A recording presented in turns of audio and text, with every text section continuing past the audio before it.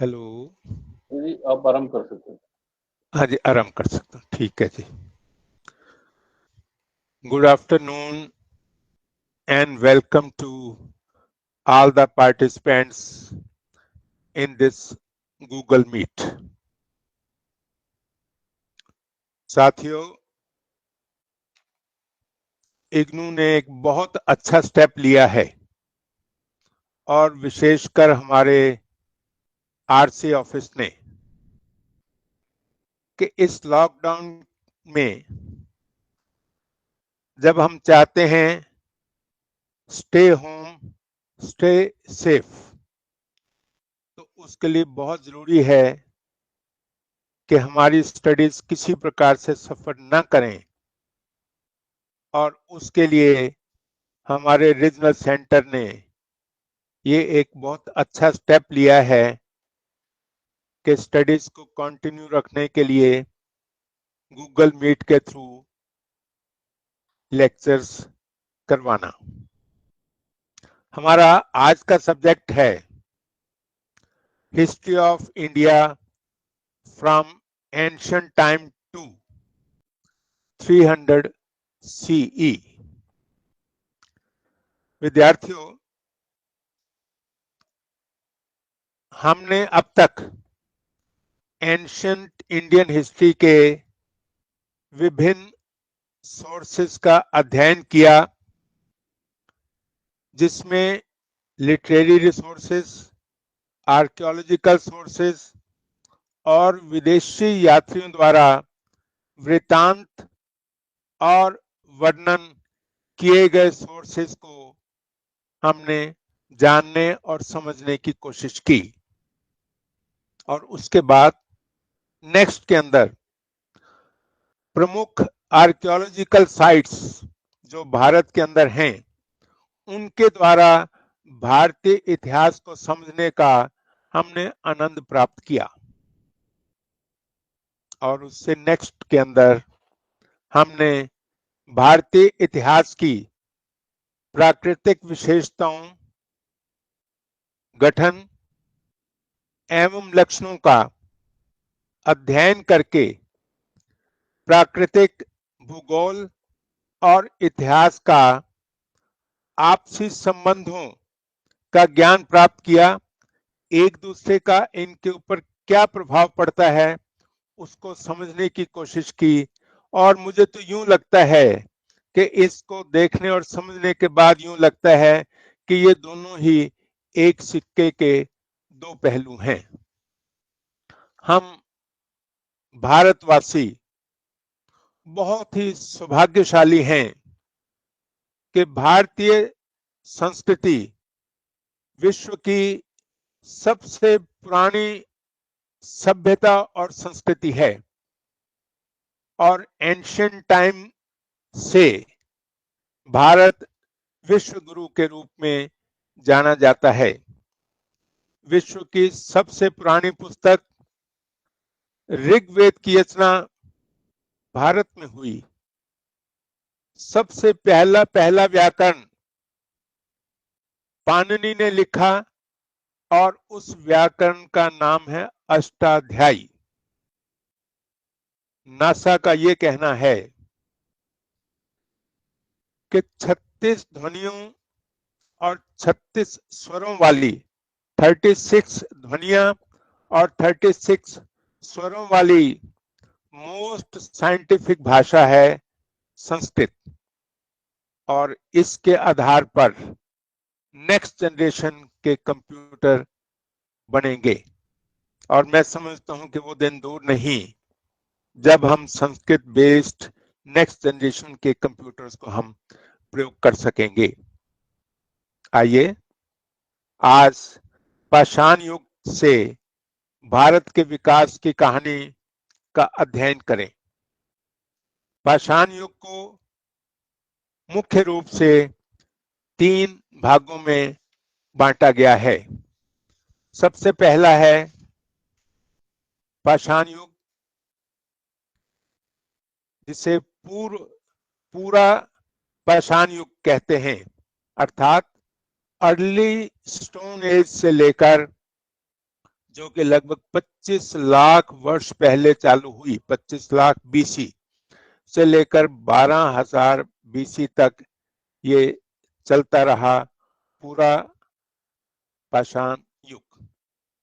Number 2, उसके बाद आया मध्य पाषाण युग, स्टोन एज और लेट स्टोन एज, अर्थात 12,000 बीसी से लेकर 8,000 बीसी तक का ये युग चला। और उसके बाद तीसरा आया जिसको नव पाषाण युग कहते हैं।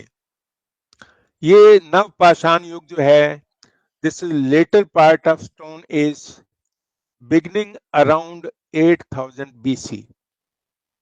ये पाषाण युग का लेटर पार्ट है और ये लगभग 8,000 बीसी से आरंभ हुआ।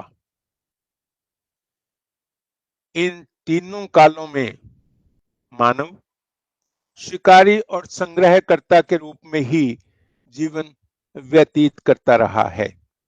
शिकारी और संग्रहकर्ता इकट्ठी ही बात रही, क्योंकि पहले शिकार करता था और फिर वो उसका संग्रह करता था, और यही कुल मिला के उसका जीवन था। अतः इस इकाई को शुरू करने से पहले मैं कुछ शब्दावली आपको बताना चाहता हूं, ताकि लेसन को समझना आपके लिए आसान हो जाए। नंबर 1, प्राग ऐतिहासिक काल, इसको प्री हिस्टोरिक पीरियड इंग्लिश में कहते हैं।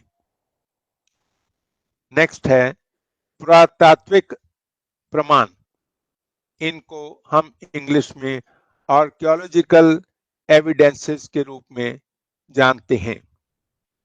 और जैसा कि मैंने नेक्स्ट आपसे शुरू में कहा कि मानव शिकारी और संग्रहकर्ता के रूप में शुरू में रहा, यानी कि हंटर और गैदरर, हंटिंग करता था और उन चीजों का संग्रह करता था, उन चीजों का संभाल के उनको रखता था। पुरातत्ववेता, आर्कियोलॉजिस्ट्स को पुरातत्ववेता कहते हैं।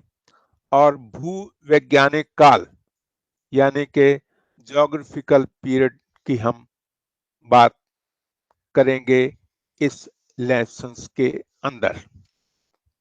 अब देखिएगा कि जब भी हम किसी चीज को पढ़ते हैं तो पढ़ने से पहले हमें सोचना पड़ता है कि मैं क्यों पढ़ रहा हूं, किस काम के लिए पढ़ रहा हूं, इस चीज को पढ़ने का मेरा उद्देश्य क्या है। तो उद्देश्य के रूप में हम सबसे पहले प्री हिस्टोरिक काल की शिकारी संग्रहकर्ता अवस्था के विषय में जानकारी प्राप्त करके विभिन्न तरीकों को समझ सकेंगे। नंबर 2, उन आर्कियोलॉजिकल प्रमाणों की जानकारी प्राप्त कर सकेंगे जिनसे उनके इतिहास के पुनर्निर्माण में हमें सहायता मिलती है।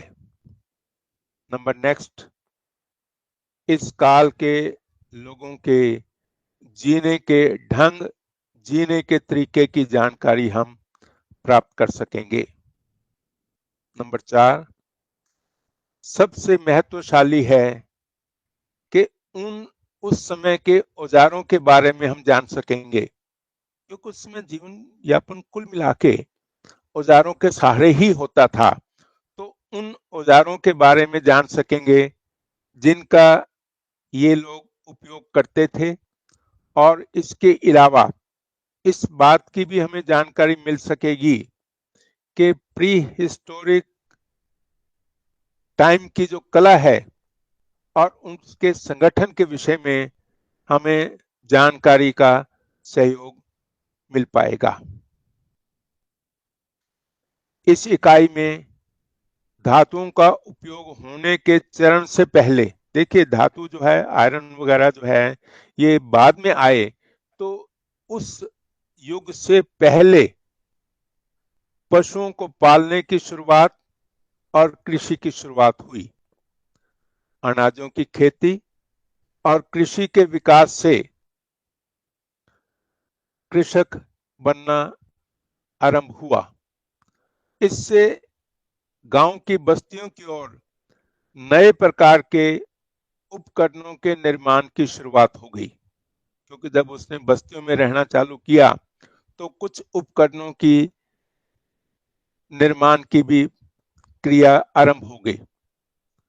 मानव के विकास के इस चरण को नवपाषाण चरण कहा जाता है, नवपाषाण युग भी कहा गया है। अब मैं इस भूमिका के बाद अपने लेसन को आरंभ करने लगा हूं कि आज 21वीं शताब्दी में हमें ये जानकर हैरानी होगी कि मनुष्य जाति ने अपने अस्तित्व के आरंभ से लेकर आज तक 99% जिंदगी का हिस्सा एक शिकारी के रूप में या एक संग्रहकर्ता के रूप में बिताया है। आज भी मनुष्य का जीवन देख लीजिएगा, हम हर एक चीज को संग्रह करने में लगे हुए हैं, चाहे वो वस्तुओं का संग्रह है, चाहे वो पैसे का संग्रह है, चाहे किसी चीज का भी संग्रह है। हम आज भी एक संग्रहकर्ता के रूप में अपनी जिंदगी को व्यतीत कर रहे हैं। तो किसी ने ठीक कहा है कि 99% जो है हमारी जिंदगी जो है वो संग्रह के अंदर लगी रहती है। और ये आज की बात नहीं है, ये उस समय की बात है जिसको पूर्व पाषाण काल और सबसे पुराना काल कहा जाता है। मेरा कहने का तात्पर्य यह है कि मनुष्य ने मात्र 10,000 वर्ष पूर्व कृषि द्वारा उत्पादन करना सीखा। इससे पहले वह पूर्णतया प्रकृति पर निर्भर था। कैसे निर्भर था?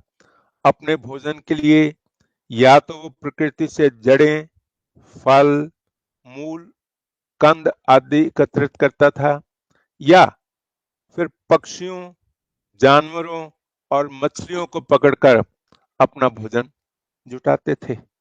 और कोई साधन नहीं था उनके पास, और कोई चीज नहीं थी। अपने अस्तित्व के अधिकांश कालों में मनुष्य प्रकृति और पर्यावरण पर पूरी तरह से आश्रित रहा। इस तथ्य से कई बातें हमारे सामने आती हैं। सबसे पहली बात तो यह है कि भोजन प्राप्त करने के तरीकों का प्रभाव उनके प्रकृति से संबंध और प्रकृति के दृष्टिकोण पर पड़ा। देखिए, भोजन प्राप्त करने का जो साधन है, जो प्रकृति उस समय की होगी, जिस प्रकार का वातावरण होगा, जिस प्रकार के सीजन्स होंगे, उसी के मुताबिक आपको वो फल, कंद, मूल मिल सकेंगे। तो एक तो यह है कि उन्हें भोजन प्राप्त करने के तरीकों का प्रभाव प्रकृति से संबंधित रहा। और दूसरी बात यह है कि शिकारी या संग्रहकर्ता एक समूह में रहते थे, क्योंकि शिकार करने के लिए एक समूह में रहना बहुत जरूरी है। अकेला व्यक्ति शिकार नहीं कर सकता। और इसका संबंध उनके द्वारा भोजन जुटाने की पद्धति से भी है। यहाँ तक एक बात ध्यान से रखनी चाहिए कि अन्य समूहों की अपेक्षा ये जो शिकारी या संग्रहकर्ता समूह था, इसकी बनावट जो है काफी हद तक लचीली थी।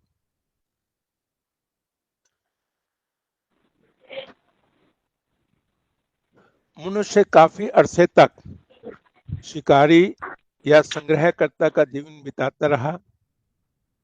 इसके लिए इस काल के मानव के इतिहास को जानना बहुत जरूरी है। विश्व में ऐसे अनेक क्षेत्र हैं जहां आज भी लोग शिकारी या संग्रहकर्ता का जीवन व्यतीत कर रहे हैं, जिनको हम ट्राइबल जाति कहते हैं, वनों के अंदर रहने वाली जातियां कहते हैं। इसलिए इस बात को समझ लेना बहुत जरूरी है कि जीवित शिकारी या संग्रहकर्ता मानव जाति वैज्ञानिकों ने उनके ऊपर प्रकाश डाला है। उन्होंने जीवित शिकारी संग्रहकर्ता समूहों का अध्ययन किया है। उनके कार्यों से अतीत के शिकारी संग्रहकर्ता समूहों की जीवन पद्धति और स्थिति को जानने की अंतर्दृष्टि उनको प्राप्त हुई है, यानी कि उनको इनसाइट प्राप्त हुई है। इस प्रकार से ये अध्ययन जो है किसी एक एकेडमिक फैकल्टी का या एक एकेडमिक संकाय का नहीं है, बल्कि इसमें कई प्रकार के शैक्षणिक संकायों का सहारा लेना पड़ता है। उनके जीवन को जानने के लिए कई प्रकार के साक्ष्यों, एविडेंसेस, जैसे जानवरों के अवशेष, पौधे और अन्य ऑर्गेनिक। काइंडली जिसका भी माइक ऑन है काइंडली म्यूट कर लीजिएगा ताकि बीच में डिस्टरबेंस नहीं आए। काइंडली अपने माइक को म्यूट कर लीजिएगा ताकि डिस्टरबेंस से बचा जा सके।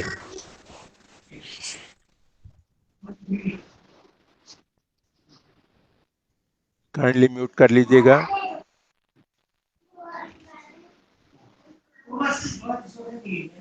शिकारी और संग्रहकर्ता द्वारा भी थोड़ा बच गया था तला भी। काइंडली म्यूट कर लीजिएगा। पहले ना ओला ही आटा बना लिया करो। अभी भी मैं ताजी रोटी अभी भी किसी का माइक ऑन है, डिस्टरबेंस आ रही है, काइंडली म्यूट कर लीजिएगा। चलिए, शिकारी और संग्रहकर्ता द्वारा उपयोग में लाए गए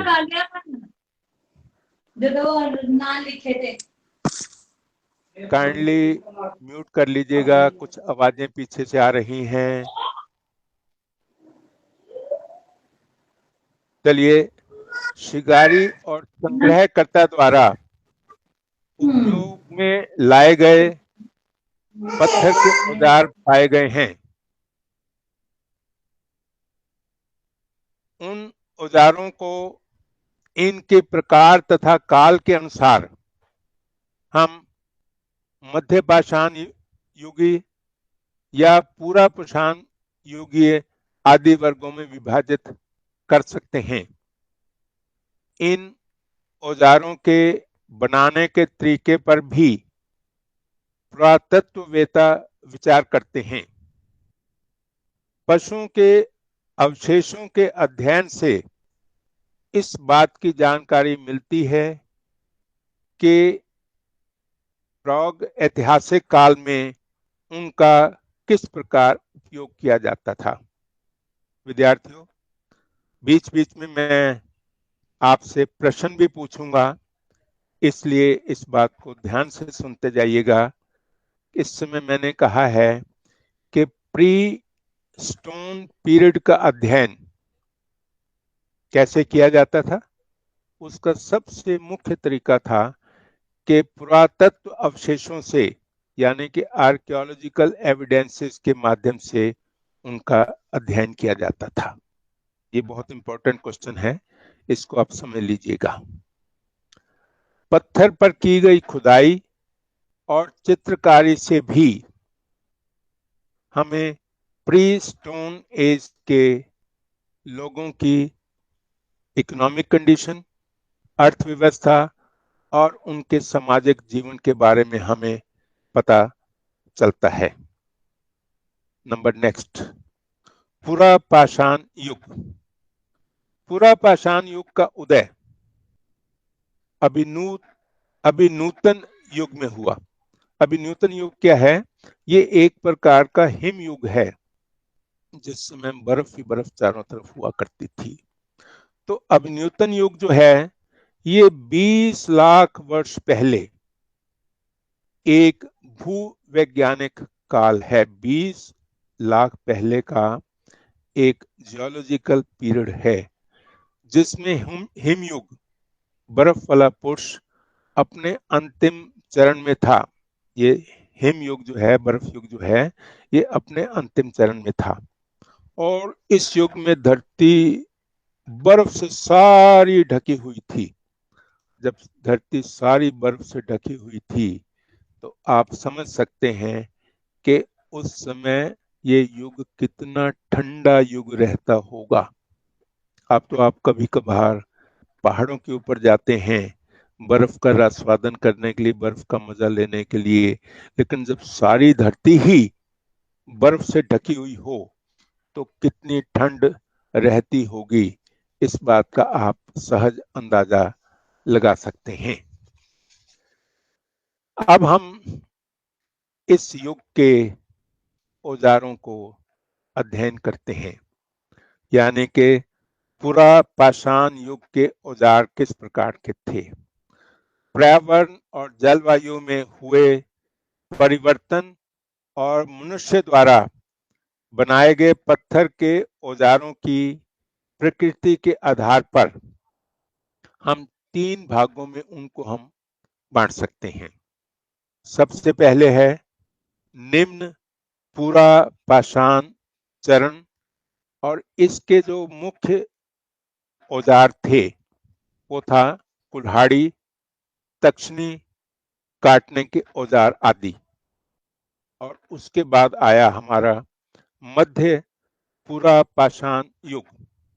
इसमें उद्योग काटने के औजारों पर भी आधार था, क्योंकि छोटे छोटे उद्योग भी चालू हो गए थे, तो उस समय वो काटने के औजारों के ऊपर भी लोगों का ध्यान गया। और उसके बाद आया उच्च पुरा पाषाण युग, और इस युग की ये विशेषता थी कि इसमें तक्षनी और खुरचनी, जो खुरचती थी चीजों को, उसका भी इस प्रकार के औजारों का भी जन्म हुआ, इस प्रकार के औजारों का भी इजाद किया गया। अब हम इस काल के कुछ औजारों और उनके उपयोगों के बारे में अध्ययन करते हैं। नंबर 1, हाथ की कुल्हाड़ी। हाथ की कुल्हाड़ी आपने देखी हुई है, इसकी मुठ चौड़ी होती है और आगे का हिस्सा जो है वो पतला होता है, और इसका उपयोग काटने या खोदने के लिए इसका उपयोग किया जाता है। अक्सर आप लोगों ने कई बार अपने घरों में भी देखा होगा। नंबर 2 है चीरने के औजार। ये जो चीरने के औजार होते हैं ये भी आपने देखे हुए हैं, कईयों में तो दोहरी धार होती है और कईयों में सिंगल होती है। पेड़ को काटने के लिए और पेड़ को चीरने के लिए इस औजार का प्रयोग किया जाता है।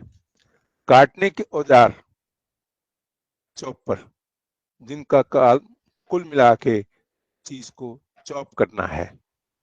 जैसे कई बार आपने देखा होगा कि घास काटने के लिए एक तलवार टाइप होती है, एक पकड़ा होता है और उसको यूं चॉपिंग करते जाते हैं और वो घास कटती जाती है।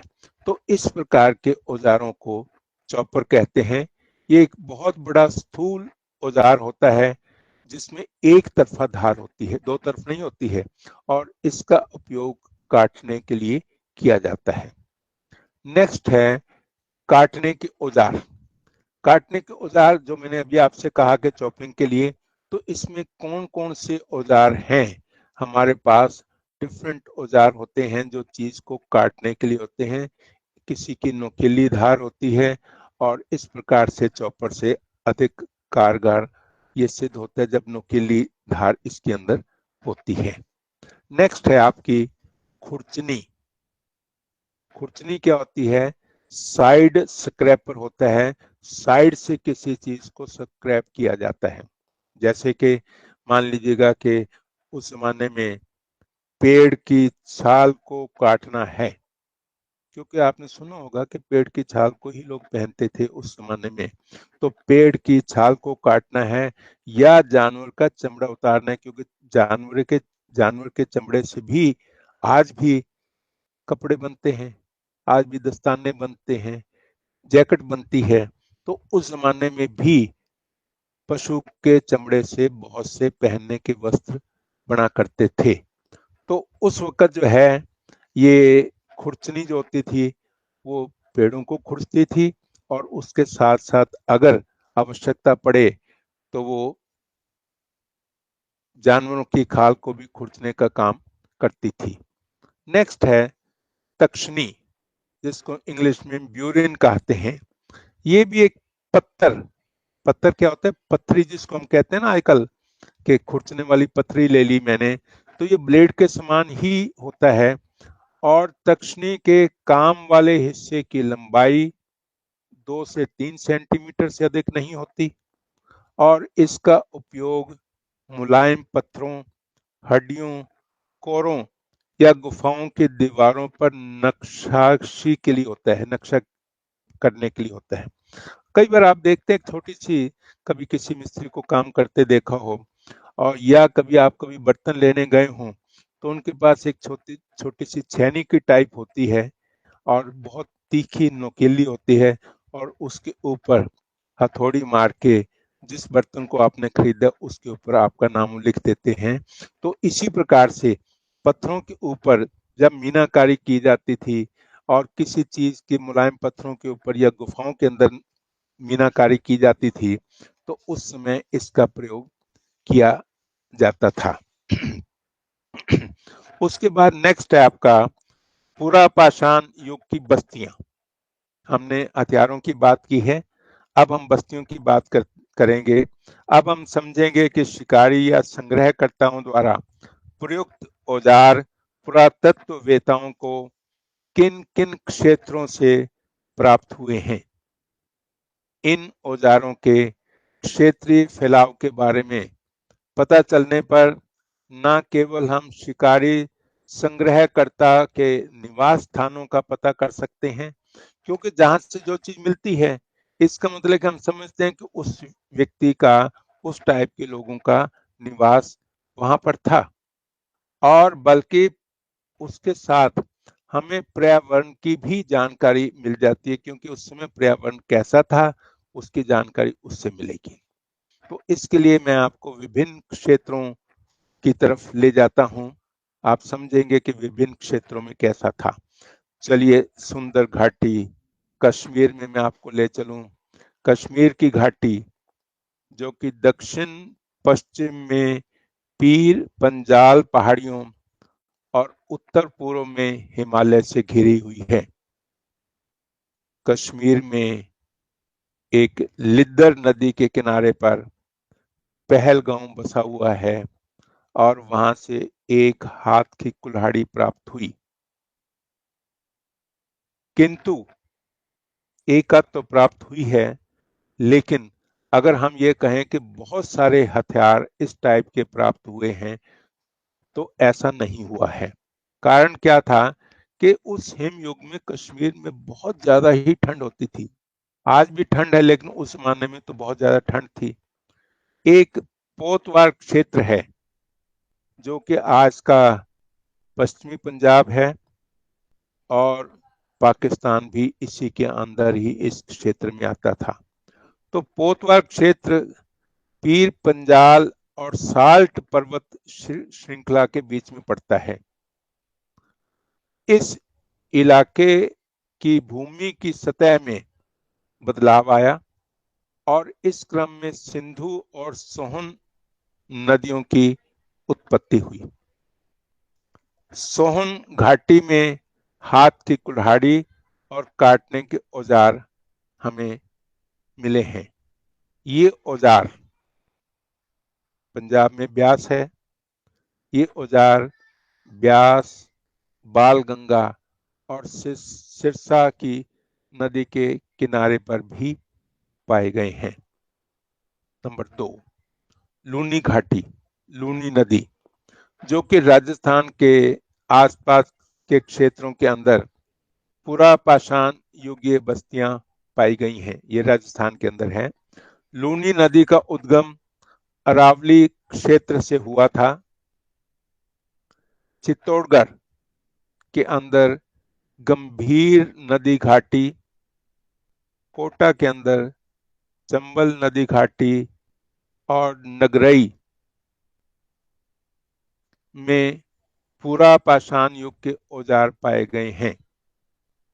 नंबर 3, गुजरात में साबरमती, माही और उनकी सहायक नदियों के आसपास पूरा पाषाण युग के अनेक औजार पाए गए हैं। साबरमती नदी अरावली से निकलकर खंबात की खाड़ी में जाके गिरती है। औरसंग घाटी के नजदीक भंडारपुर में भी मध्य पूरा पाषाण युग के औजार पाए गए हैं। सौराष्ट्र में भद्र नदी के आसपास पूरा पाषाण युग के अनेक औजार मिले हैं, जैसे हाथ की कुल्हाड़ी, खुरचनी और काटने के औजार, नोकीले औजार पाए गए हैं। नंबर 4, नर्मदा नदी मैकाल पर्वत श्रृंखला से निकलती है और खंबात की खाड़ी में जाके मिल जाती है। नर्मदा के समतलों में पूरा पाषाण युग के अनेक औजार पाए गए हैं, जैसे हाथ की कुल्हाड़ी और चीरने के औजार आदि आदि उसके अंदर पाए गए हैं। नंबर 5, ताप्ती, गोदावरी, भीमा और कृष्णा नदियों के आसपास भी कई पूरा पाषाण युग की बस्तियां पाई गई हैं। पूरा पाषाण युग की बस्तियों की उपस्थिति का संबंध पर्यावरण संबंधी बदलाव से भी है। भीमा और कृष्णा नदियों के ऊपरी हिस्से के आसपास के क्षेत्रों में कम पूरा पाषाणीय बस्तियां पाई गई हैं। नंबर 6, पूर्वी भारत में एक बिहार के अंदर सिंहभू स्थान है और वहां पर रोरो नदी है। उसमें हाथ की कुल्हाड़ियां काटने के औजार, पत्थर आदि अनेक पूरा पाषाण युग के औजार पाए गए हैं। सिंहभू में भी बहुत सी इस युग की बस्तियां मिली हैं। इन बस्तियों में मुख्यतः हाथ की कुल्हाड़ियां और काटने के औजार पाए गए हैं। उड़ीसा में वैतरणी नदी, ब्राह्मणी और महानदी के डेल्टा क्षेत्र में भी पूरा पाषाण युग के कुछ औजार पाए गए हैं। नेक्स्ट, मालप्रभा, घाटप्रभा और कृष्णा की सहायक नदियों के आसपास 30 तारीख में लेके पकड़ करना, 30 तारीख की खबर है रही है।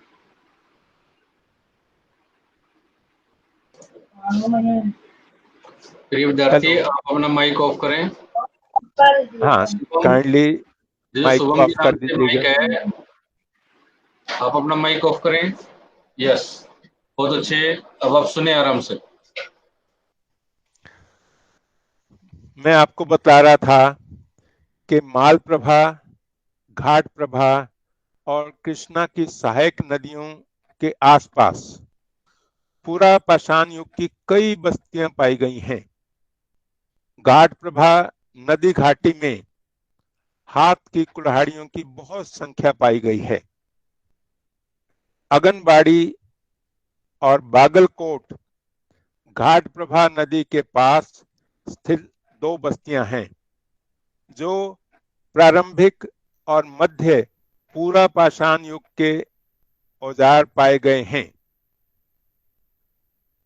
अब इसके बाद हम ये अध्ययन करेंगे कि जीवन यापन के उन लोगों के तरीके किस प्रकार के थे, यानी कि वो किस प्रकार से अपना जीवन व्यतीत करते थे। पूरा पाषाण युग की बस्तियों में भारतीय और विदेशी मूल के जानवरों के बहुत सारे अवशेष प्राप्त हुए हैं। इन अवशेषों से हमें बहुत कुछ ज्ञान प्राप्त होता है। उस समय नर वानर, जिराफ, कस्तूरी मृग, बकरी, भैंसा, गाय और सूअर स्वदेशी मूल के पशु प्रतीत होते हैं। ऊंट और घोड़े ये उत्तरी अमेरिका से संबंधित नजर आते हैं। दरियाई घोड़ा और हाथी मध्य अफ्रीका से भारत में आए थे। ये हिमालय की पूर्वी और पश्चिमी सीमा से होकर आए होंगे, ऐसा वैज्ञानिकों का, पुरातत्ववेत्ताओं का अंदाजा है। अधिकांश जानवर भारत की उत्तर पश्चिमी सीमा से होकर आए और यूं लगता है कि उस जमाने में अफ्रीका और भारत के बीच में काफी आदान प्रदान था। एक्सचेंज, लेन देन काफी उन दिनों में चलता था। पूरा पाषाण युग के मनुष्य भोजन के लिए किन स्रोतों के ऊपर निर्भर करते थे? असल में ये किन स्रोतों पर निर्भर करते थे? और अगर मैं यूं कहूं कि उस जमाने की अर्थव्यवस्था भी इसी बात पर निर्भर करती थी, क्योंकि उस जमाने में आज की तरह कोई नोट तो चलते नहीं थे। ये चीज का होना ही एक प्रकार की अर्थव्यवस्था गिनी जाती थी। तो इस बारे में जानकारी के लिए जानवरों के अवशेषों से हमें पता लगता है कि किस प्रकार के जानवर उस समय उपलब्ध थे और मनुष्यों और पशुओं की संख्या के बीच में एक संतुलन रहा होगा। ये मैं एक इंपॉर्टेंट बात कह रहा हूं कि उस समय में मनुष्यों और पशुओं की आपसी जनसंख्या के अंदर एक संतुलन बना हुआ था और उस समय के लोग अपने आसपास पाए जाने वाले पशुओं और वनस्पति के साधनों को भोजन के रूप में प्रयोग किया करते थे। मनुष्य छोटे और मध्यम प्रकार के जानवरों को, विशेषकर जिनके खुर होते थे, उनका शिकार करता था। कैसे? खुरों वाले मैं कुछ आपको बतलाने लगा हूं। हिरन, गैंडा और हाथी, इनका वो शिकार उस जमाने में किया जाता था और इस काल में किसी खास प्रकार की शिकारी प्रवृत्ति का पता नहीं चलता है। कहीं कहीं कुछ विशेष प्रकार के जानवरों के अवशेष अधिक मात्रा में पाए गए हैं, लेकिन इसका कारण यह भी हो सकता है कि उस इलाके में उन विशेष जानवरों की अधिक गिनती हो और उनका शिकार करना आसान हो। जब अधिक गिनती होती है किसी चीज की तो उसका शिकार करना आसान हो जाता है।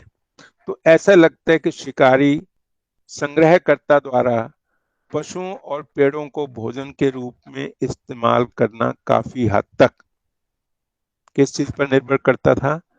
उस जमाने में कि ड्राई मौसम है या वेट मौसम है, इस बात पर आधारित था।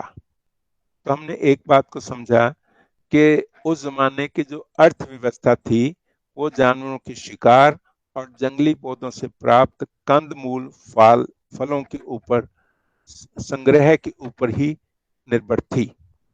कहा जाता है कि आज के वर्तमान शिकारी द्वारा शिकार किए जाने वाले जानवरों से अधिक महत्व शिकारी संग्रहकर्ताओं द्वारा जो संग्रह किया गया भोजन है। संग्रहित भोजन के अवशेष शिकार के अवशेषों की तुलना से अधिक समय तक सुरक्षित रहते थे। पूरा पाषाण युग के लोगों की खाने पीने की आदतों के बारे में पता लगाना कोई आसान काम नहीं है।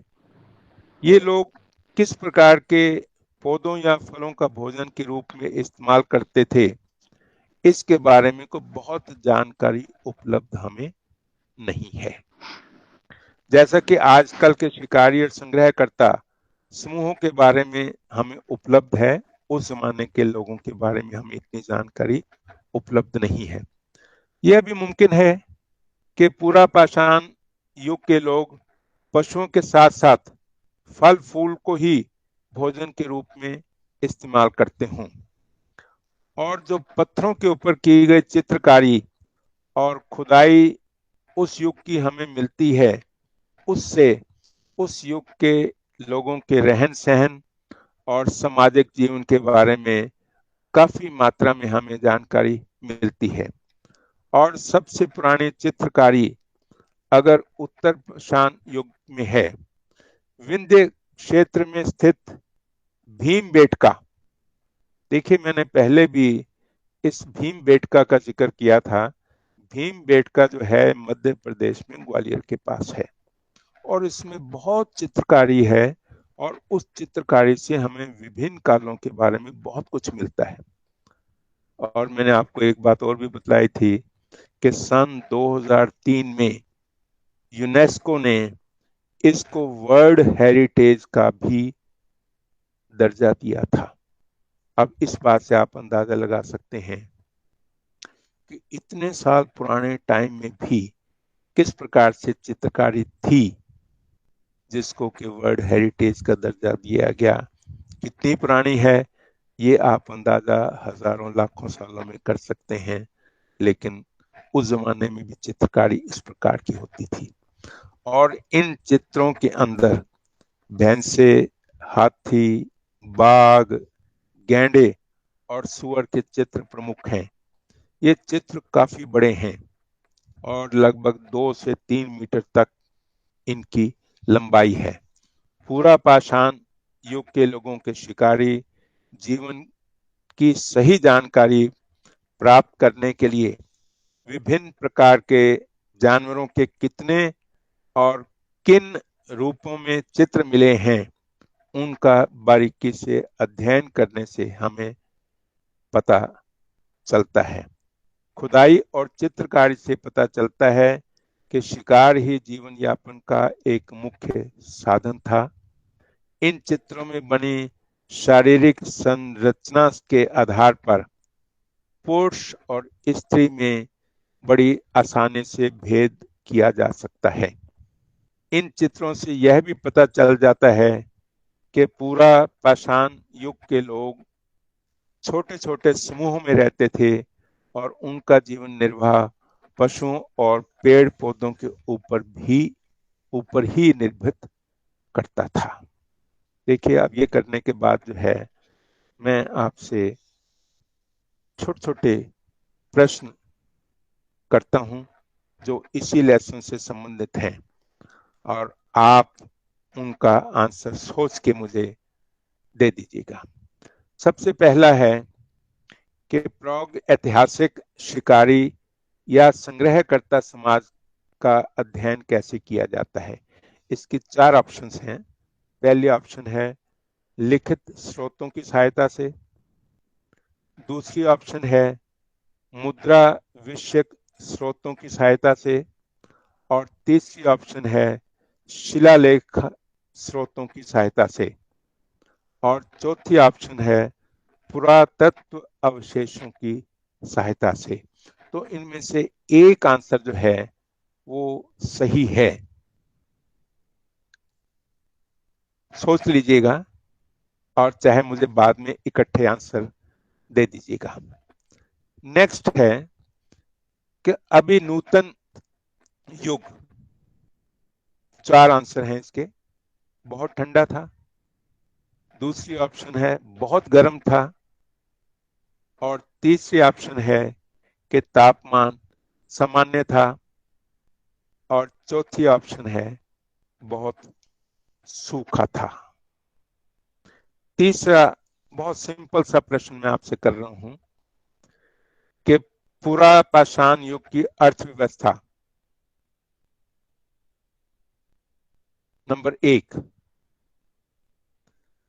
भोजन उत्पादन पर आधारित थी। नंबर 2 शिकार पर आधारित थी। और नंबर 3 जंगली पौधों से प्राप्त कंदमूल फल के संग्रह के ऊपर आधारित थी। और नंबर 4 जानवरों के शिकार और जंगली पौधों से प्राप्त कंदमूल फल के संग्रह के ऊपर आधारित थी। अगर आप लोगों ने प्रश्न के आंसर सोच लिए हैं तो मैं आपको अनम्यूट करने के लिए रिक्वेस्ट करता हूं आरसी ऑफिस से।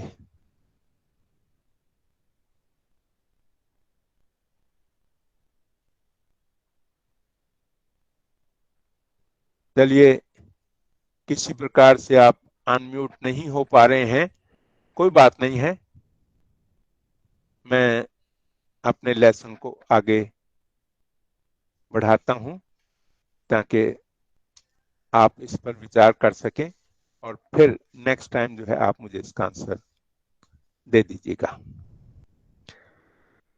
उसके बाद आपका आता है मध्य पाषाण युग।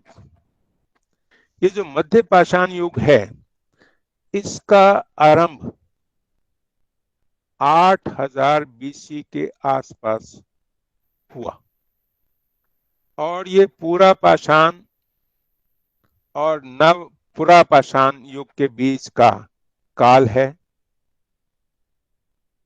धीरे धीरे तापमान बढ़ा, मौसम गर्म होने लग गया और उधर से सूखा होने लग गया। मौसम गर्म और सूखा दोनों होने लग गया। पहले आर्द्र था, फिर वो गर्म और सूखा होने लग गया। परिवर्तन से मनुष्य का जीवन प्रभावित हुआ। स्वाभाविक बात है कि कहाँ तो इतनी ठंड होती थी और कहाँ गर्मी चालू हो गई, तो इस परिवर्तन से मनुष्य का जीवन प्रभावित हुआ। पशु पक्षी तथा पेड़ पौधों की किस्मों और प्रजातियों में भी परिवर्तन आया। आज भी आप देखते हैं कि बहुत से पशु पक्षी जो हैं वो जो उस मौसम को सहन नहीं कर पाते हैं वो धीरे धीरे धीरे धीरे एक्सटिंग्विश हो जाते हैं, धीरे धीरे समाप्त होने लग जाते हैं। तो उस जमाने में भी जैसे जैसे परिवर्तन आते गए उसी के अनुसार कुछ प्रजातियां लुप्त होती गई और उसी के अनुसार औजार बनाने के टेक्निक्स जो हैं उनके अंदर भी परिवर्तन आता गया। पहले बड़े बड़े पत्थरों से बनते थे, अब छोटे छोटे पत्थरों का उपयोग करके और उनको जो है हथियारों को बनाना चालू किया गया। मनुष्य मूल रूप से रहा वही शिकारी और संग्रह करता ही, उसके मूल रूप के अंदर परिवर्तन नहीं आया। चाहे हथियारों में परिवर्तन आ गया, कुछ चीजों में परिवर्तन आ गया, लेकिन बेसिकली वो उसी प्रकार से ही शिकारी और उसके बाद संग्रह करता रहा। तो शिकार करने के टेक्निक में जरूर परिवर्तन आ गया। अब न केवल बड़े बल्कि छोटे जानवरों का भी उसने शिकार करना आरंभ कर दिया। मछलियां पकड़ने लगा और छोटे छोटे पक्षियों का भी शिकार करने लगा। यह भौतिक और इकोलॉजिकल परिवर्तन के साथ ऐसा हुआ। पत्थर पर चित्रकारी भी चालू कर दी। अब इस युग में जो उपयोग किए जाने वाले औजार हैं उनकी हम थोड़ी सी चर्चा करते हैं। नंबर सबसे पहले है कि इस युग के औजार जो थे वो सूक्ष्म आकार के होने लग गए। मैंने आपसे पहले भी बताया कि पहले बहुत बड़े आकार के होते थे और अब जैसे जैसे हम एडवांस होते गए, रिफाइनमेंट आती गई, तो इसलिए सूक्ष्म औजार बनने चालू हो गए। सबसे पहले है ब्लेड। इसकी लंबाई चौड़ाई से दुगनी होती है। जैसे आज भी आप ब्लेड को देखते हैं और उस ब्लेड में चौड़ाई से लंबाई दुगनी होती है, तो उसका उपयोग संभवतः काटने के लिए किया जाता हो। और मध्य पाषाण युग में औजार बनाने की टेक्निक को फ्लूटिंग कहा जाता है। मैं फिर से रिपीट कर दूं कि उस समय जिस टेक्निक से बनाए जाते थे औजार, उस टेक्निक को फ्लूटिंग कहा जाता है। हमें कुछ धार वाले ब्लेड भी मिले हैं। ये चौड़े, मोटे और लंबे होते हैं।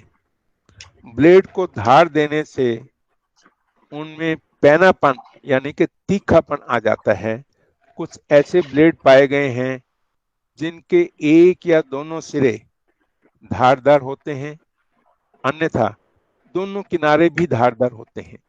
दोनों सिरे धारदार होते हैं या दोनों किनारे धारदार होते हैं। ये ब्लेड साधारण ब्लेडों से अधिक पैने यानी कि तीखे और कारगर होते हैं, ज्यादा कामयाब होते हैं। नंबर नेक्स्ट है कोर। कोर साधारणतया आकार में बेलनकार होते हैं, जिसकी पूरी लंबाई में फ्लूटिंग के निशान होते हैं और इसमें एक सपाट प्लेटफॉर्म भी होता है। नेक्स्ट है नोकीला औजार, जिसको हम पॉइंटेड औजार या पॉइंटेड हथियार कहते हैं। तो नोकीला औजार जो है वो एक प्रकार का टूटा हुआ तिकोना ब्लेड होता है। आप देखिएगा कि ब्लेड कई बार यूं टूट जाता है तो उस समय वो बहुत नोकीला हो जाता है। तो ये नोकीला ब्लेड जो है ये इसके अंदर जो है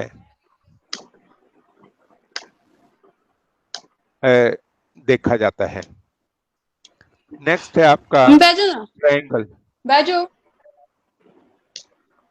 अंदर हटो। काइंडली म्यूट कर दीजिएगा। रोटी पाता हूँ, रोटी खा लो पहले। ऐना Kindly- क्लास है मेरी अम्मी, काइंडली ऐना म्यूट कर दीजिएगा। क्लास नहीं होती कि पेपर देने है ना, ते है मेरी क्लास है ता करके देख रही है। मैं कहा मम्मी कहंदी बनी की लगी हुई है। काइंडली म्यूट कर बोल दे बहन। दीजिएगा। ये इनका नाम है रुचि। अपना माइक ऑफ करें, आपके कारण डिस्टरबेंस हो रही है कक्षा में। पेपर होने में रुचि, आप अपना रुचि मोहन, आप आवाज सुन रहे हैं तो अपना माइक ऑफ करें।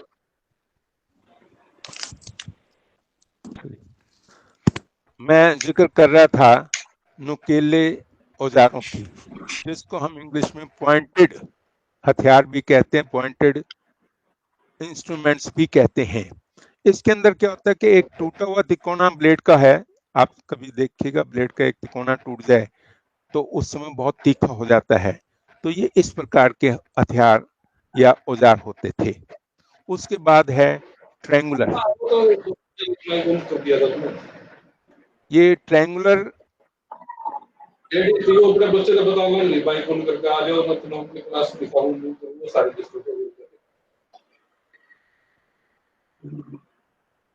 चलिए काइंडली म्यूट रखिएगा, डिस्टरबेंस हो जाती है। तो जो ट्रायंगुलर औजार थे वो ट्रायंगल की शेप के बने होते थे। एक नीचे बेस होता था और ऊपर दो साइड्स हैं, और इसको अलग अलग कामों में प्रयोग किया जाता था। जैसे आजकल आप रामायण देख रहे हैं, रामायण के अंदर जो तीर के आगे जो लगा होता है वो भी एक प्रकार का ट्रायंगुलर हिस्सा होता है। जिससे कि हम लंबे समय तक सर्वाइव कर सकें। तो ये जो ट्रायंगुलर हथियार होते थे, औजार होते थे, ये ट्रायंगल की शेप होते थे। एक बेस होता था जैसे मान लिया मैं थोड़ा सा सक्षम हूँ तो मेरे लिए ये जिम्मेदारी होती है कि मुझे सतपाल को भी जिंदा रखना है, मेरे को अपने सालों को भी जिंदा रखना है, या मेरे को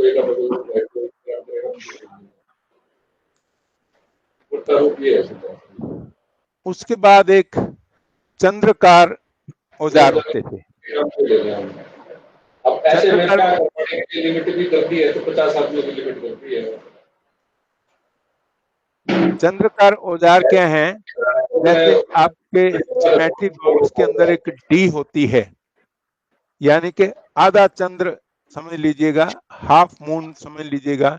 तो वो जो डी की शेप के औजार होते हैं उनको चंद्रकार औजार कहा जाता है। नेक्स्ट है कि इस युग की बस्तियों की क्या पोजीशन थी? मध्य पाषाण युग की बस्तियां।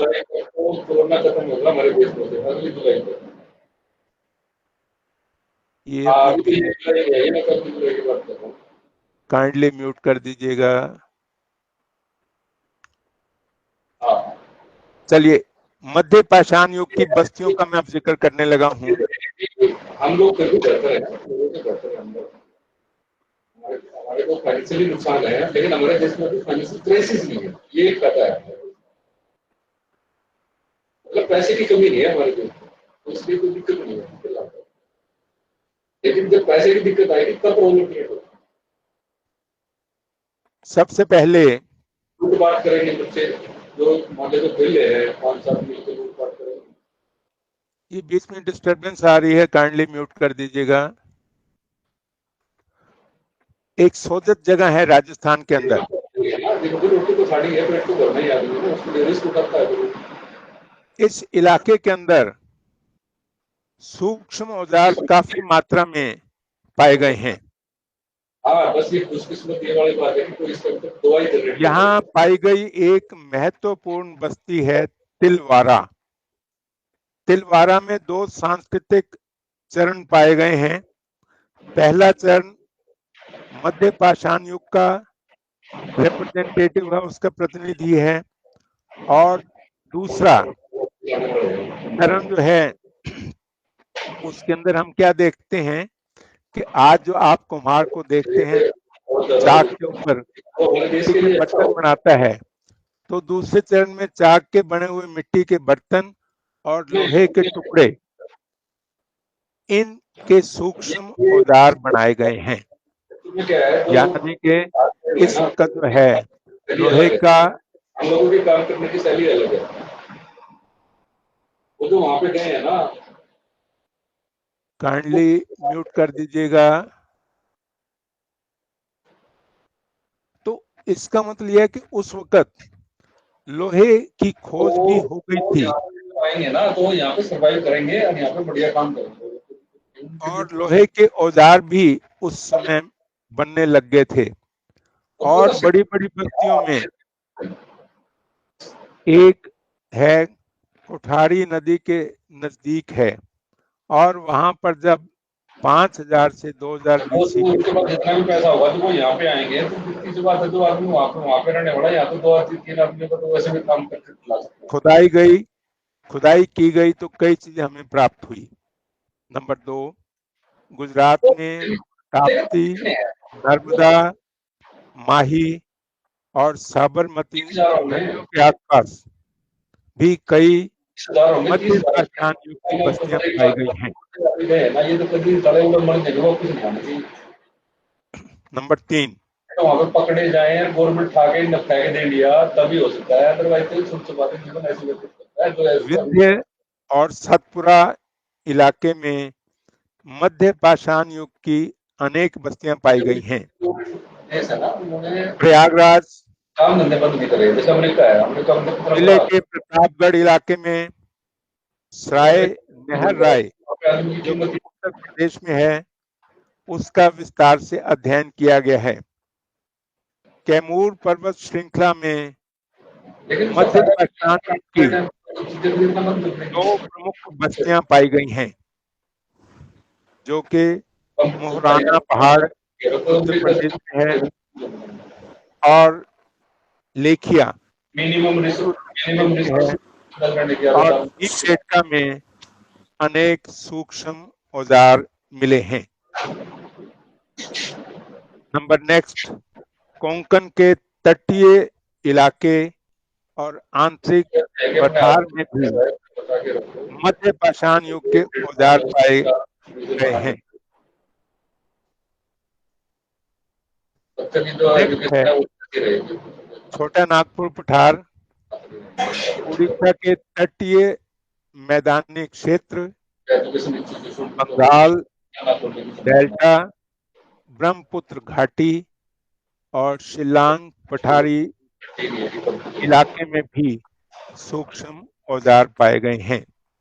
नंबर नेक्स्ट, कृष्णा और भीमा नदी में भी अनेक प्रकार के सूक्ष्म औजार पाए गए हैं। ये सूक्ष्म औजार नव पाषाण संस्कृति के चरण में भी पाए गए हैं। कर्नाटक पठार के पश्चिमी किनारे में अनेक औजार मिले हैं, जैसे कौर, नीले औजार और अर्धचंद्राकार पत्थर आदि। एंड में बिल्कुल जाके उसके लाइफ बाद में हम जीवन यापन के तरीकों का जिक्र करते हैं। एमबीबीएस में, इंजीनियरिंग में, इसके अंदर जो है जीवन यापन का तरीका भी जो है आदत से ज्यादा लगभग शुरुआत उसी प्रकार का रहा जैसे पहले था कि बस्तियों के अंदर भेड़, बकरी, भैंस, सूअर, कुत्ता, हाथी, दरियाई घोड़ा, ये बगल। गारंटी नहीं है, ये तो सिर्फ ऐसे जारी करा है, तो मतलब लोगों को बगल बच्चों क्या है? को ये इसको अमेरिकन भैंस भी कह देते हैं। गीदड़, भेड़िए, चीते, सांबर, बारहसिंगे, खरगोश, काले हिरण, बाद की मृग, स्थिति क्या रहेगी, ये तो बात कछुए, देवते, बकरियां आदि के अवशेष पाए गए हैं। इससे लगता है कि उस समय के अंदर जो है ये चीजें विद्यमान रही और इनका प्रयोग किया जाता था। इसके अतिरिक्त जंगली भेड़, जंगली बकरी, गधा, हाथी, लोमड़ी, केस नहीं आया, ये दरियाई घोड़ा, खरगोश, ग्रीन जोन में कन्वर्ट हो गया। छिपकली, चूहा, मुर्गी, ग्रीन जोन की लिमिटेशन है ना, कछुआ ये थोड़ी है कि ग्रीन आदि भी पाए गए हैं। जंगली भैंसा, ऊंट, भेड़िया, गैंडा और नीलगाय मध्य पाषाण सुविधा ये युग के होगी अंदर पाए गए हैं। कि वहाँ पे ये प्रजातियां आरंभिक मध्य पाषाण युग में अनुपस्थित थी। किसी विशेष काल में पशुओं का पाया जाना और ना पाया जाना वस्तुतः उस समय के पर्यावरण के ऊपर निर्भर करता है। तो इस प्रकार का मध्य पाषाण युग के अंदर जो है जीवन उन लोगों का रहा है और वो दोनों किस्म के थे, शाकाहारी भी थे और मांसाहारी भी थे। कुछ विद्वानों का ये कहना है कि मुख्य तौर से वो शाकाहारी थे और मांस का आहार केवल एक सप्लीमेंट्री फूड के ऊपर के रूप में करते थे। लेकिन जो बहुत ठंडे इलाके थे जहाँ फल, सब्जियां, कंदमूल उत्पन्न नहीं होते थे, तो वहाँ के लोगों को मांसाहारी होके मांस के ऊपर ही डिपेंड रहना पड़ता था। उनके पास कोई और किसी प्रकार का साधन नहीं था। तो प्रिय आज पता लग रहा है लोगों को ये कहने के बारे में। तो प्रिय विद्यार्थियों, आज हमने इस प्रकार से इसका अध्ययन किया है और आप भी समय निकाल के और इस लॉकडाउन पीरियड का उपयोग करते हुए अच्छे तरीके से अध्ययन करेंगे, सेल्फ स्टडी करेंगे और ये मटेरियल जो है इवन इंटरनेट पर भी अवेलेबल है।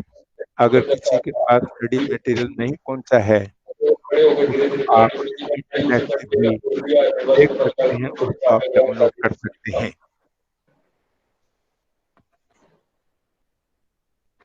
चलिए आज का लेसन यही समाप्त करते हैं। अगर किसी बच्चे ने कोई प्रश्न पूछना है, लेकिन ये है कि भाई परमात्मा की कोई ऐसी कृपा हो जाए तो दवाई मिल किसी ने कोई प्रश्न पूछना है तो उसको हम अनम्यूट कर देते हैं। मैं आपके कंप्यूटर से रिक्वेस्ट करता हूं कि अगर कोई बच्चा प्रश्न पूछना चाहता है तो उसे अनम्यूट कर दिया जाए ताकि वो अपना प्रश्न पूछ सके।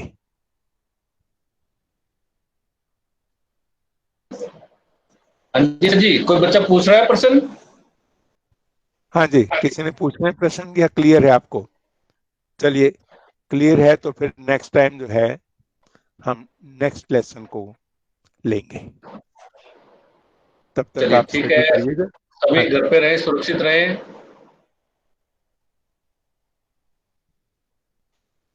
जैसा कि आरसी चंडीगढ़ ने कहा है कि घर पर रहें, सुरक्षित रहें और पढ़ते रहें। पढ़ने का बहुत अच्छा मौका है सेल्फ स्टडी करने का इस समय।